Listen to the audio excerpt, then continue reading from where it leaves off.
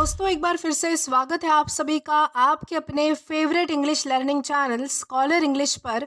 मेरा नाम है दीपिका कुमावत और मैं इस चैनल पर वेरियस कॉम्पिटिटिव एग्जाम्स के लिए इंग्लिश सब्जेक्ट टीच करती हूँ।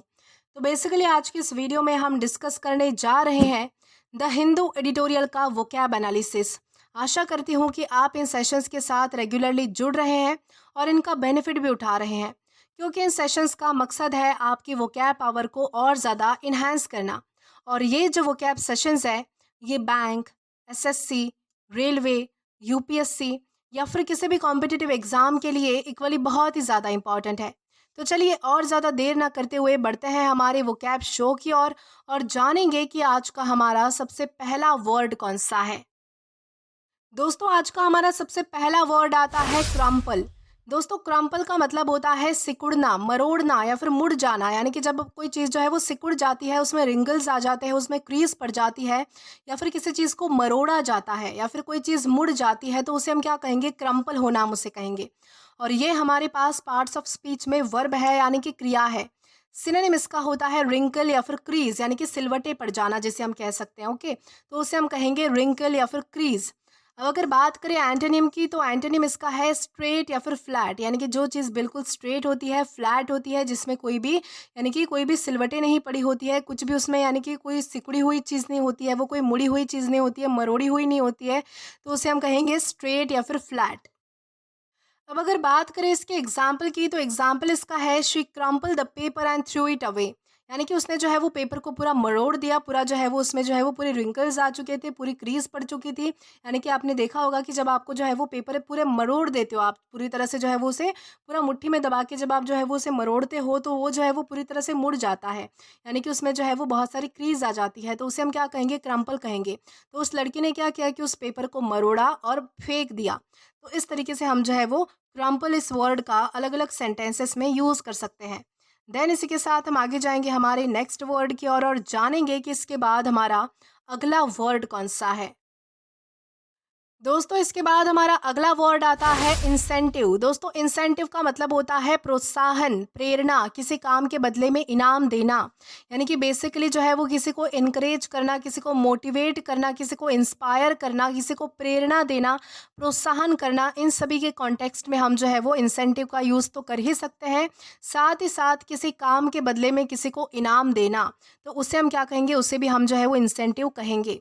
और ये हमारे पास पार्ट्स ऑफ स्पीच में नाउन है।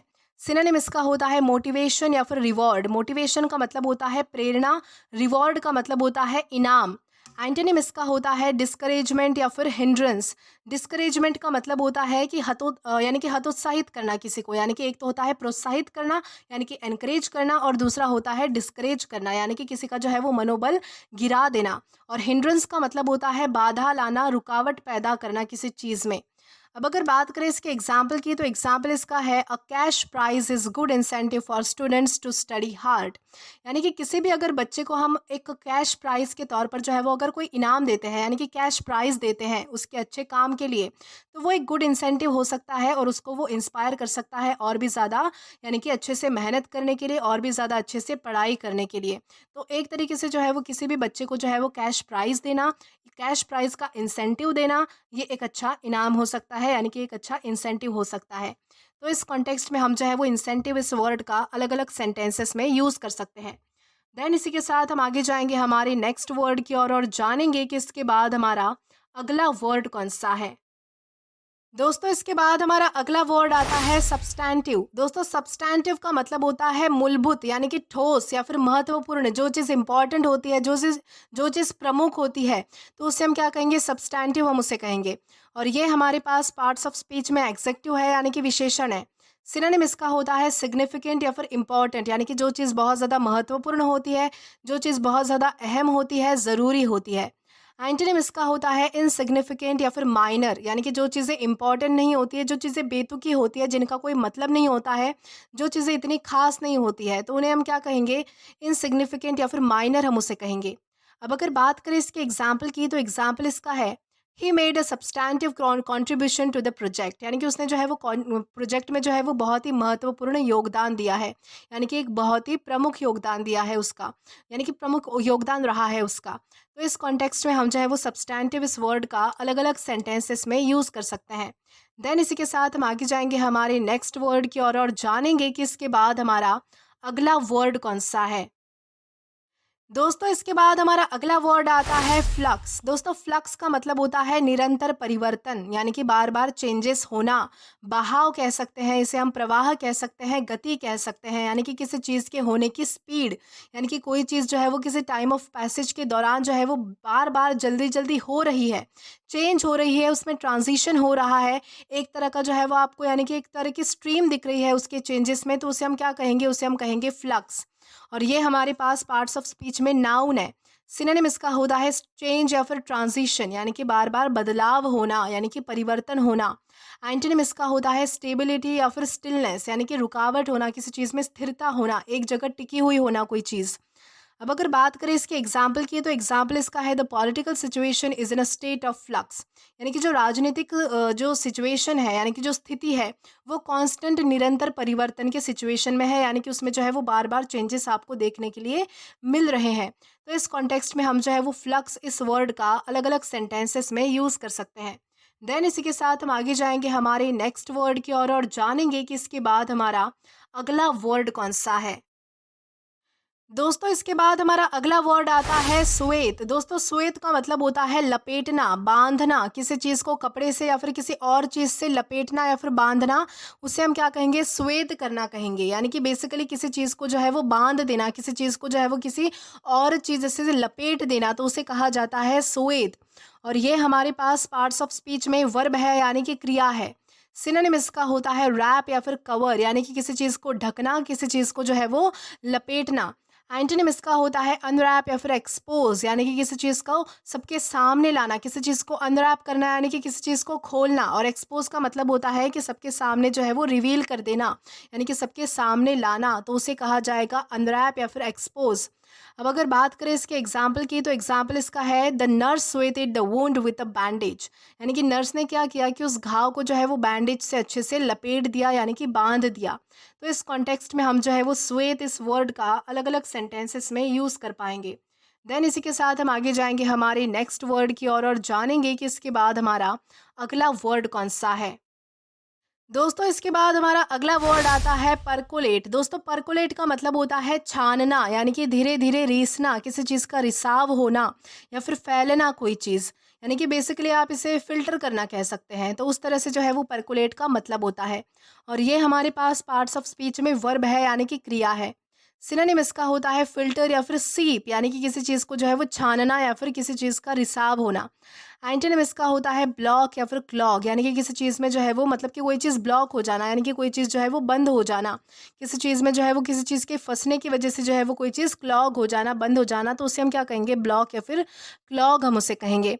अब अगर बात करें इसके एग्जाम्पल की, तो एग्जाम्पल इसका है water slowly percolated through the soil, यानी कि जो पानी है वो धीरे धीरे जो है वो पानी से, यानी कि सॉरी धीरे धीरे जो है वो मिट्टी से टकरा कर आ रहा था, यानी कि बेसिकली सॉइल से टकरा कर वो प्यूरीफाई हो रहा था, यानी कि छाना जा रहा था। तो इस तरीके से हम जो है वो परकोलेट इस वर्ड का अलग अलग सेंटेंसेस में यूज़ कर सकते हैं। देन इसी के साथ हम आगे जाएंगे हमारे नेक्स्ट वर्ड की ओर और जानेंगे कि इसके बाद हमारा अगला वर्ड कौन सा है। दोस्तों इसके बाद हमारा अगला वर्ड आता है रेक्यूपरेट। दोस्तों रेक्यूपरेट का मतलब होता है स्वस्थ होना, ठीक होना, या फिर इसका एक और मतलब निकल कर आता है, वो है भरपाई करना, किसी चीज़ का हर्जाना करना, तो उसे हम क्या कहेंगे, रेक्यूपरेट हम उसे कहेंगे। यानी कि अगर कोई यानी कि स्वस्थ है, हेल्दी है, ठीक है, तो उसके लिए भी आप जो है वो रेक्यूपरेट का यूज़ कर सकते हो, यानी कि किसी चीज़ में जो है वो ग्रेजुअली सुधारना हो रही है, किसी चीज़ कोई चीज़ जो है वो अच्छे से रेनोवेट हो रही है, रिकवर हो रही है, तो उसे भी हम कहेंगे रेक्यूपरेट। या फिर अगर कोई चीज़ की अगर आपको भरपाई करनी पड़ती है, तो उसे हम कहेंगे रेक्यूपरेट। ये हमारे पास पार्ट्स ऑफ स्पीच में वर्ब है, यानी कि क्रिया है। सिनोनिम इसका होता है रिकवर या फिर हील, यानी कि किसी चीज़ का जो है वो स्वस्थ होना, किसी चीज़ का ठीक होना, किसी चीज़ का जो है वो सुधार होना, उसे हम कहेंगे रिकवर या फिर हील। एंटोनिम इसका होता है वर्सन या फिर डेटेरियोरेट, यानी कि ख़राब हो जाना, कोई चीज़ बिगड़ जाना, यानी कि जिस स्थिति में वो थी उससे भी ज़्यादा बदतर हो जाना कोई चीज़, तो उसे हम क्या कहेंगे, वर्सन या फिर डेटेरियोरेट हम उसे कहेंगे। अब अगर बात करें इसके एग्जाम्पल की, तो एग्जाम्पल इसका है ही इज़ रिक्यूपरेटिंग आफ्टर सर्जरी, यानी कि सर्जरी के बाद जो है वो स्वस्थ हो रहा है, यानी कि ठीक हो रहा है, खुद को रिकवर कर रहा है। तो इस कॉन्टेक्स्ट में हम जो है वो रिक्यूपरेट इस वर्ड का अलग अलग सेंटेंसेस में यूज़ कर सकते हैं। देन इसी के साथ हम आगे जाएंगे हमारे नेक्स्ट वर्ड की ओर और जानेंगे कि इसके बाद हमारा अगला वर्ड कौन सा है। दोस्तों इसके बाद हमारा अगला वर्ड आता है कॉन्ट्रवेंशन। दोस्तों कॉन्ट्रवेंशन का मतलब होता है उल्लंघन, विरोध या फिर किसी नियम कानून का या फिर आदेश का पालन ना करना। यानी कि जब आप जो है वो किसी रूल को तोड़ते हो, किसी की बात नहीं मानते हो, किसी का ऑर्डर नहीं मानते हो, यानी कि जो उसे जो है वो आप तोड़ते हो, बेसिकली उसका उल्लंघन करते हो, विरोध करते हो, तो उसे हम कहेंगे कॉन्ट्रवेंशन। और ये हमारे पास पार्ट्स ऑफ स्पीच में नाउन है। सिनोनिम इसका होता है वायलेशन या फिर ब्रीच, यानी कि तोड़ना या फिर उल्लंघन करना। एंटोनिम इसका होता है ओबीडियंस या फिर कंप्लायंस, यानी कि किसी चीज़ का पालन करना, किसी चीज़ को जो है वो, यानी कि किसी चीज़ को स्वीकार करना, उसको जो है वो उसके उससे जो है वो रिलेटेड काम करना, तो उसे हम कहेंगे ओबीडियंस या फिर कंप्लायंस, यानी कि बेसिकली पालन करना। एग्जाम्पल देखिए तो एग्जाम्पल इसका है driving without a licence is a contravention of traffic rules, यानी कि लाइसेंस के बिना ड्राइव करना, लाइसेंस के बिना गाड़ी चलाना, ये ट्रैफिक रूल्स का उल्लंघन करना हुआ। यानी कि हम जो है वो एक तरह से, अगर आप ड्राइविंग लाइसेंस के साथ यानी कि नहीं चलते हो अपने साथ लेकर ड्राइविंग लाइसेंस को, तो वो एक तरह से ट्रैफिक रूल्स के नियमों को आप तोड़ रहे हो, उनका कॉन्ट्रवेंशन कर रहे हो। तो इस तरीके से हम जो है वो कॉन्ट्रवेंशन इस वर्ड का अलग अलग सेंटेंसेस में यूज़ कर सकते हैं। देन इसी के साथ हम आगे जाएंगे हमारे नेक्स्ट वर्ड की ओर और जानेंगे कि इसके बाद हमारा अगला वर्ड कौन सा है। दोस्तों इसके बाद हमारा अगला वर्ड आता है इंसिनरेट। दोस्तों इंसिनरेट का मतलब होता है जला देना, जलाकर राख बना देना, तो उसे हम कहेंगे इंसिनरेट। और ये हमारे पास पार्ट्स ऑफ स्पीच में वर्ब है, यानी कि क्रिया है। सिनोनिम इसका होता है बर्न या फिर क्रीमेट, यानी कि किसी चीज़ का जो है वो, किसी चीज़ को जो है वो जला देना, पूरी तरह से उसकी राख बना देना जलाकर, तो उसे हम कहेंगे बर्न या फिर क्रीमेट। एंटोनिम इसका होता है सेव या फिर प्रिजर्व, यानी कि किसी चीज़ को बचाना, किसी चीज़ को जो है वो संजो कर रखना, तो उसे हम कहेंगे सेव या फिर प्रिजर्व। अब अगर बात करें इसके एग्जाम्पल की, तो एग्जाम्पल इसका है in many cultures the dead are incinerated as a funeral rites, यानी कि एक अंतिम संस्कार के तौर पर जो है वो बहुत सारे कल्चर्स में, बहुत सारी संस्कृतियों में क्या होता है कि डेड बॉडीज़ को आखिरी तौर पर जो है वो, यानी कि लास्ट राइट के तौर पर जो है वो उनको जलाया जाता है। तो इस तरीके से हम जो है वो इंसिनरेट इस वर्ड का अलग अलग सेंटेंसेस में यूज़ कर सकते हैं। देन इसी के साथ हम आगे जाएंगे आज के हमारे लास्ट वर्ड की ओर और जानेंगे कि हमारा वो वर्ड कौन सा है। दोस्तों इसके बाद हमारा अगला वर्ड आता है टायरनी। दोस्तों टायरनी का मतलब होता है निर्दय शासन, तानाशाही, अत्याचार पूर्ण नियंत्रण, यानी कि ऐसा कोई राजा, ऐसा कोई शासक जो अपनी प्रजा पर यानी कि उनका शोषण करता है, उन पर अत्याचार करता है अपने फायदे के लिए, तो उससे हम क्या कहेंगे, टायरनी हम उसे कहेंगे। और ये हमारे पास पार्ट्स ऑफ स्पीच में नाउन है। सिनोनिम इसका होता है डिक्टेटरशिप या फिर ऑपरेशन। डिक्टेटरशिप का मतलब होता है तानाशाही, ऑपरेशन का मतलब होता है शोषण करना। एंटोनिम इसका होता है फ्रीडम या फिर जस्टिस, यानी कि स्वतंत्रता या फिर न्याय।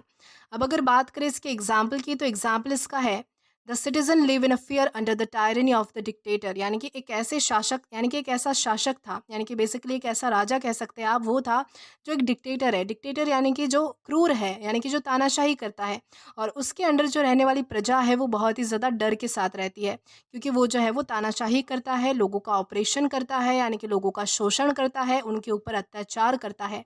तो इस तरीके से हम जो है वो टायरनी इस वर्ड का अलग अलग सेंटेंसेस में यूज़ कर सकते हैं। तो दोस्तों आज के लिए बस इतना ही। आज की इस क्लास का पीडीएफ आप हमारे टेलीग्राम चैनल के थ्रू एक्सेस कर सकते हैं।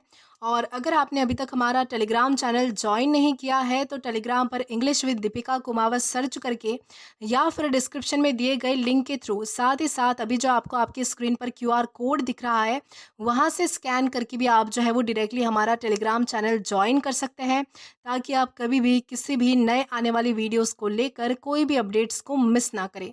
और दोस्तों अगर आपको आज का ये वीडियो पसंद आया है या फिर हेल्पफुल लगा है, तो do like this video, subscribe the channel and share as much as you can. तो दोस्तों आज के लिए बस इतना ही। Till then keep learning. Thank you.